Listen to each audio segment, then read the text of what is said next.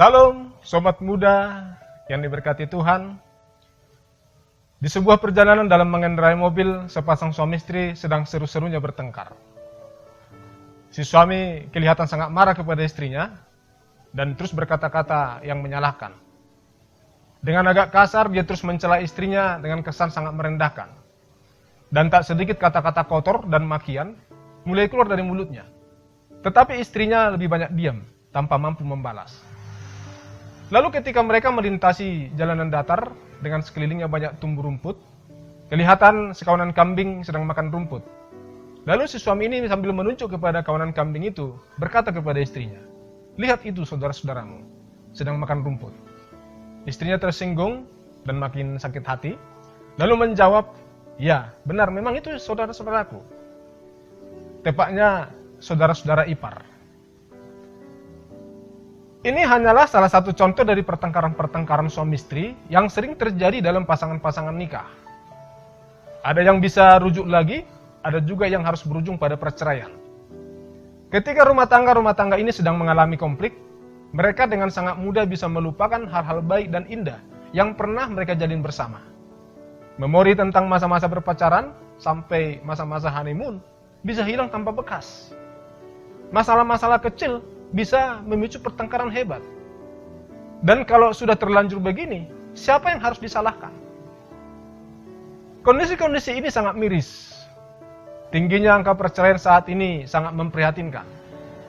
Lembaga pernikahan yang dibentuk oleh Tuhan sejak dunia dijadikan tidak lagi dihormati dan dihargai.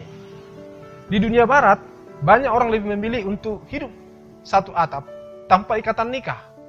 Bahkan pernikahan sejenis itu sudah dilegalkan. Istilah LGBT tidak lagi tabu sekarang ini. Bahkan di Jepang, beberapa pria-pria lajang memutuskan untuk menikah dengan boneka seks. Pertanyaannya bagi para suami istri yang tidak akur adalah, apakah pasangan-pasangan nikah ini dulu ketika akan menikah sudah benar-benar tidak salah memilih pasangan nikah? Jawaban-jawaban inilah yang tidak boleh diabaikan oleh anak-anak muda, para pasangan-pasangan pranikah, sebelum mereka salah memilih dan segala sesuatunya terlanjur. Suatu saat, seorang pembicara seminar Love, Sex, and Dating bertanya kepada orang-orang yang hadir, "Menurut Anda yang benar, jodoh itu di tangan siapa?" Ada yang menjawab di tangan Tuhan. Ada yang menjawab di tangan orang tua dan calon mertua. Ada yang menjawab di tangan mak comblang. Ada juga yang menjawab di tangan hansip. Pembicara seminar ini berkata, semua jawaban Anda salah. Yang benar adalah jodoh itu ada di tangan kita masing-masing. Saudara dikasihi Tuhan, Tuhan menciptakan manusia sebagai makhluk yang diberi hak untuk kehendak bebas atau free will. Setelah Adam dan Hawa dalam urusan jodoh, Tuhan memberi otoritas kepada manusia untuk memilih sendiri siapa yang akan menjadi pasangan nikahnya. Tuhan tidak pernah otoriter untuk menentukan siapa yang harus menjadi jodoh seseorang. Tidak ada satu kisah pun di dalam Alkitab yang menceritakan ini. Sejauh ini yang kita temukan hanyalah Tuhan yang mempersatukan, dan apa yang dipersatukan oleh Allah tidak boleh diceraikan manusia. Matius 19 ayat 4-6. Jawab Yesus, "Tidakkah kamu baca bahwa Ia yang menciptakan manusia sejak semula menjadikan mereka laki-laki dan perempuan, dan firman-Nya, sebab itu laki-laki akan meninggalkan ayah dan ibunya dan bersatu dengan istrinya, sehingga keduanya itu menjadi satu daging. Demikianlah mereka bukan lagi dua, melainkan satu. Karena itu, apa yang telah dipersatukan Allah tidak boleh diceraikan manusia." Jadi, urusan memilih jodoh adalah urusan kita masing-masing. Urusan Tuhan adalah mempersatukan. Dan tugas kita adalah mempertanggungjawabkan apa yang telah kita pilih. Tidak ada kamus bercerai dalam iman Kristen. Allah sangat melarang perceraian. Dan kalau ini terjadi, maka kita akan berurusan dengan Tuhan. Saran saya, anak-anak muda harus bijak dalam memilih jodoh, supaya tidak menyesal kemudian. Tentunya setiap kita harus berharap, supaya urusan nikah, biarlah menjadi urusan hanya sekali dalam hidup. Sehingga kita harus setuju supaya dalam urusan nikah, anak-anak muda harus benar-benar matang. maka tuntunan Tuhan, sang pemilik kehidupan, itu sangat dibutuhkan. Ada 3 model pranikah populer yang saya pelajari dalam sejarah Alkitab.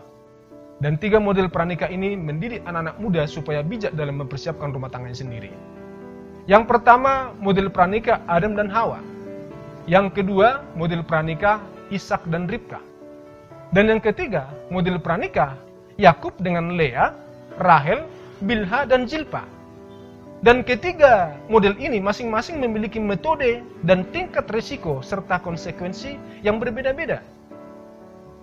Model pranikah Adam dan Hawa adalah model pranikah yang paling sempurna, di mana Adam mempercayakan dan menyerahkan seluruh urusan pernikahannya itu kepada Tuhan. Adam hanya dibuat tidur oleh Tuhan. Tuhan yang membuat konsepnya, Tuhan yang menentukan timingnya, Tuhan yang menyediakan. Adam tinggal terima bersih. Adam tinggal menjalani dan menikmati. Ini disebut sebagai pernikahan instan. Kejadian 2 ayat 18-23. Tuhan Allah berfirman, "Tidak baik kalau manusia itu seorang diri saja. Aku akan menjadikan penolong baginya yang sepadan dengan dia." Lalu Tuhan Allah membentuk dari tanah segala binatang hutan dan segala burung di udara. Dibawanyalah semuanya itu kepada manusia itu untuk melihat bagaimana ia menamainya. Dan seperti nama yang diberikan manusia itu kepada tiap-tiap makhluk yang hidup, demikianlah nanti nama makhluk itu.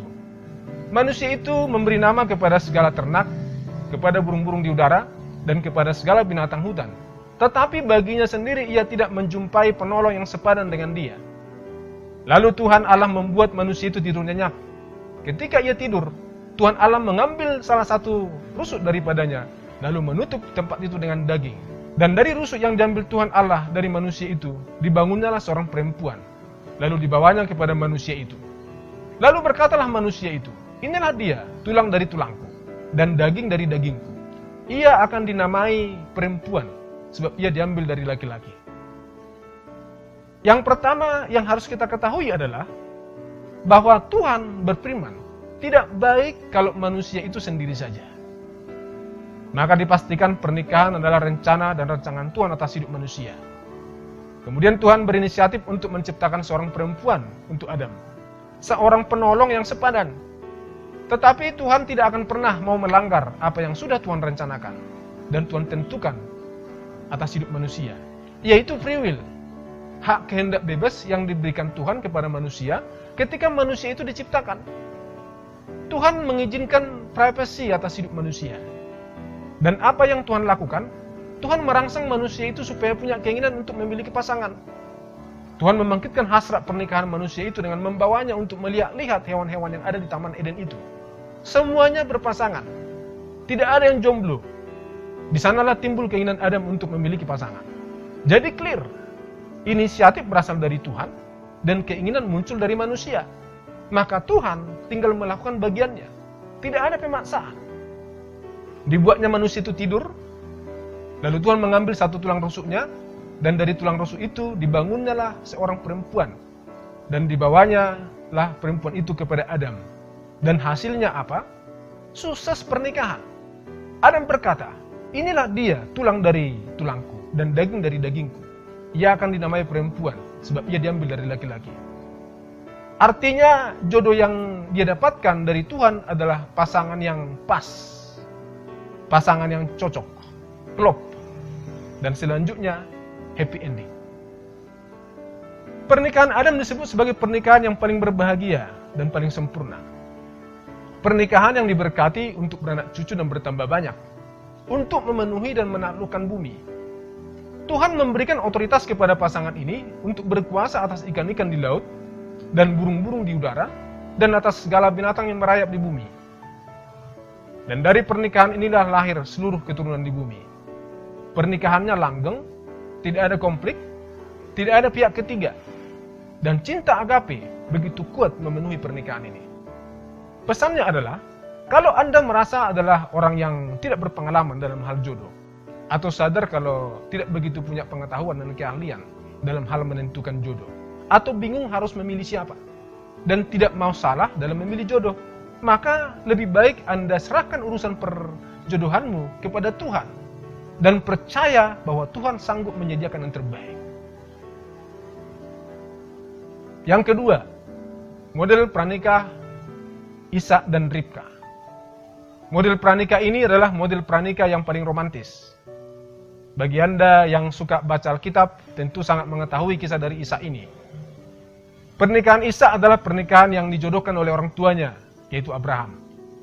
Tentunya orang tuanya adalah orang yang sangat taat dan bergaul dengan Tuhan. Dan calon istri yang dicari pun adalah perempuan yang berasal dari keluarga yang takut akan Tuhan. Ishak mempercayakan dan melibatkan orang tuanya dalam hal menentukan dan mempersiapkan seluruh urusan pernikahannya. Dan tidak ada hal-hal yang rumit terjadi dalam proses persiapan pernikahan ini. Semuanya begitu berjalan mulus, begitu sempurna. Semuanya ternyata telah diatur oleh Tuhan. Timingnya pas, karena pernikahan ini juga melibatkan dan mengandalkan Tuhan sepenuhnya. Ishak menghormati otoritas. Dia menghargai bapaknya sebagai seorang senior. Orang tuanya yang punya pengalaman segudang ini, baik dalam urusan jodohnya sendiri, maupun dalam urusan jodoh ribuan para pengikutnya, pasti memikirkan jodoh yang terbaik untuk anak-anaknya. Dan dia yakin itu, karena ia mengenal siapa itu orang tuanya. Hasilnya adalah, Kejadian 24 ayat 67. Lalu Ishak membawa Ribka ke dalam kemah Sarah, ibunya, dan mengambil dia menjadi istrinya. Ishak mencintainya, dan demikian ia dihiburkan setelah ibunya meninggal. Suami mencintai istrinya adalah pesan yang kuat yang harus dituliskan di Alkitab. Pasti ada yang spesial di sini. Bahkan dikatakan, kehadiran Ribka dalam hidup Ishak itu menjadi penghiburan. Artinya ada sukacita dalam pernikahan ini. Alkitab sangat mengapresiasi pernikahan Ishak dan Ribka. Sampai-sampai hal percumbuan dan romantisme mereka pun harus dicatat di kitab suci Alkitab. Dan cinta agape itu begitu kuat memenuhi pernikahan ini. Ada begitu banyak anak-anak muda yang selalu merasa mampu sendiri. Sehingga peran orang tua hampir-hampir tidak dibutuhkan dalam urusan pernikahannya. Yang ketiga, model pranikah Yakub dengan Lea, Rahel, Bilha, dan Zilpa. Model pernikahan ini adalah model pernikahan yang paling rumit, penuh lika-liku, mengandalkan kemampuan sendiri tanpa melibatkan Tuhan. Model pernikahan dengan inisiatif sendiri, dikonsep sendiri, diusahakan sendiri, dan harus menanggung risikonya sendiri. Risiko pernikahan seorang pria yang terlalu romantis, penuh dengan intrik kamuflase, akrab dengan proses menipu dan ditipu. Hasilnya adalah poligami, rumah tangga yang kurang harmonis. Ada pihak ketiga, pihak keempat, dan pihak kelima hadir dalam memperumit perjalanan mahliga pernikahan ini. Rumah tangga ini melahirkan beberapa anak dengan berbagai-bagai karakter yang kurang membanggakan. Banyak konflik terjadi dalam pernikahan ini. Dan cinta Eros begitu berperan mendominasi pernikahan Yakub. Dari kisah buah Dudaim sampai kisah 4 istri-istri Yakub yang memperebutkan tempat tidur. Kisah anak-anak Yakub membunuh semua laki-laki bangsa Sikem dalam kasus pemerkosaan Dina, adik perempuan mereka. Sampai kasus asusila, istri Yakub. Saya bertemu dengan beberapa teman-teman yang sudah berumur cukup, tetapi belum menemukan teman hidup. Mereka salah paham tentang kata jangan menjadi pasangan tidak seimbang dalam firman Tuhan di 2 Korintus 6 ayat 14. Janganlah kamu merupakan pasangan yang tidak seimbang dengan orang-orang yang tidak percaya. Sebab persamaan apakah terdapat antara kebenaran dan kedurhakaan? Atau bagaimanakah terang dapat bersatu dengan gelap? Ada beberapa orang ingin mempersunting teman-teman saya ini. Tetapi mereka menolak karena alasan tidak satu gereja. Beda denominasi. Lain aliran dan doktrin gereja. Beda tingkat kerohanian. Yang satu punya karunia bahasa roh, yang satu tidak. Saudara, alasan-alasan ini tidak alkitabiah. Kalau kita belajar tentang konteks ayat ini, maka kata tidak seimbang dalam firman Tuhan ini tidak semata-mata berbicara tentang pasangan nikah, tetapi lebih berbicara tentang komitmen ketuhanan. Kata tidak seimbang dalam ayat ini menggunakan kata heterozygeo dalam teks aslinya. Satu rumpun kata dengan heterogen. Esensinya adalah jangan menjadi pasangan bagi para penyembah-penyembah berhala, para pemuja setan, para penganut ateisme, atau orang-orang yang tidak percaya kepada Tuhan. Larangan ini adalah larangan yang sama dengan larangan perkawinan campur dalam Alkitab Perjanjian Lama. Banyak pernikahan terjadi karena terpaksa. Terpaksa karena keadaan. Keadaan di mana seseorang itu telah menyerahkan sesuatu yang paling berharga dalam dirinya, yang seharusnya belum saatnya untuk diserahkan. Ada kesalahan yang dilakukan. Kita harus percaya bahwa segala sesuatu akan indah pada waktunya, yaitu waktunya Tuhan. Kata-kata bijak selalu memperingatkan kita supaya jangan membuka jendela terlalu pagi. Jangan mencuri start, supaya jangan finish sebelum waktunya. Amsal 9 ayat 17-18, air curian manis dan roti yang dimakan dengan sembunyi-sembunyi lezat rasanya. Tetapi orang itu tidak tahu bahwa di sana ada arwah-arwah dan bahwa orang-orang yang diundangnya ada di dalam dunia orang mati. Tidak heran kalau banyak rumah tangga tidak bahagia. Rumah tangga yang hancur berantakan. Tidak pernah harmonis. Sekalipun alasan pernikahan mereka adalah cinta, katanya. Padahal awalnya kesan pertamanya begitu menggoda. Begitu indah, begitu cinta. Begitu berbunga-bunga. Begitu pink. Begitu Valentine. Dunia rasanya milik berdua. Yang lain ngontrak. Sampai-sampai tai kambing pun bisa jadi rasa coklat. Karena ada kesalahan terjadi. Tidak memperhatikan rambu-rambu, salah dalam melangkah, akhirnya akan mempengaruhi seluruh perjalanan dan akhir dari sebuah pernikahan. Memang kesalahan itu manis rasanya, tetapi akibatnya sangatlah pahit. Dan perbuatan yang dilakukan secara ilegal, lezat rasanya. Tetapi orang yang melakukannya sedang membuka ruang untuk berkat pernikahan itu dicuri oleh si iblis. Anak-anak muda yang dikasihi Tuhan, kapan seseorang harus masuk pada usia pernikahannya? Usia tidak selalu harus menjadi faktor. Alkitab tidak mematok usia berapa orang harus menikah. Kedewasaan adalah hal yang sangat dibutuhkan dalam pernikahan. Tentunya kita tidak boleh mengabaikan hal-hal kepantasan dan ketetapan-ketetapan hukum yang berlaku. Tua bukan berarti dewasa, tetapi dewasa itu adalah tahu bertanggung jawab dan mampu memegang sebuah komitmen. Sebagai orang bijak, kita harus memperhatikan hal-hal yang menunjang kebahagiaan sebuah rumah tangga. Masalah ekonomi contohnya.